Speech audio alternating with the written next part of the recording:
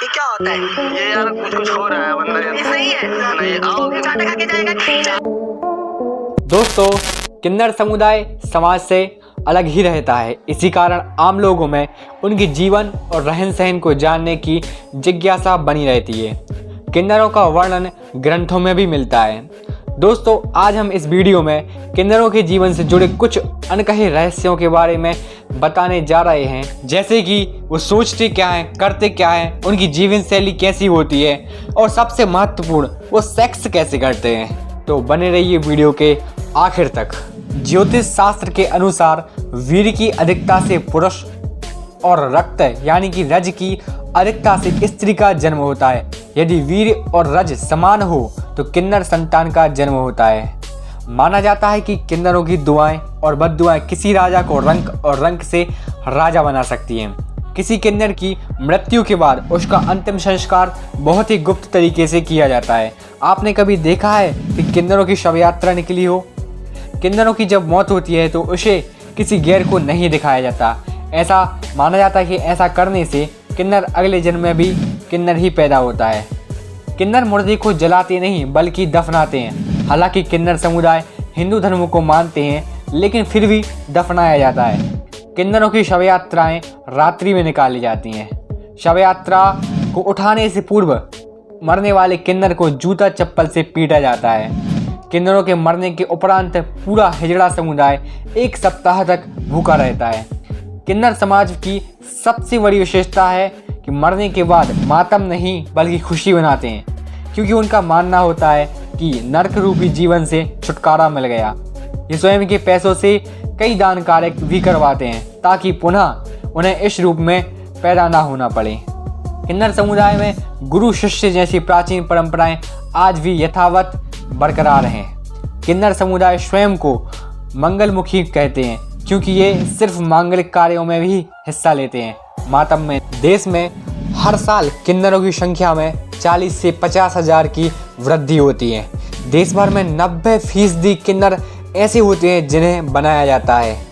समय के साथ किन्नर बिरादरी में वो लोग शामिल होते चले जाते हैं जो कि जनाना भाव रखते हैं। किन्नरों की दुनिया का एक खौफनाक सच यह भी है कि समाज में ऐसे लड़कों की तलाश करते हैं जो खूबसूरत हो, जिनकी चाल ढाल थोड़ी सी कोमल हो और ऊंचा उठने का ख्वाब देखता हो। यह समुदाय उनसे नज़दीकी बढ़ाता है और फिर समय आते ही उसे बाधिया कर दिया जाता है। बाधिया यानी कि उसके गुप्त अंग को उसके शरीर से काटकर अलग कर दिया जाता है, जिसके बाद वह लड़का नहीं रखता और ना चाहते हुए भी उसे किन्नरों की दुनिया में शामिल होना पड़ता है। किन्नर विवाह भी करते हैं, लेकिन अपने आराध्य देव अरावन से, वो भी मात्र एक दिन के लिए।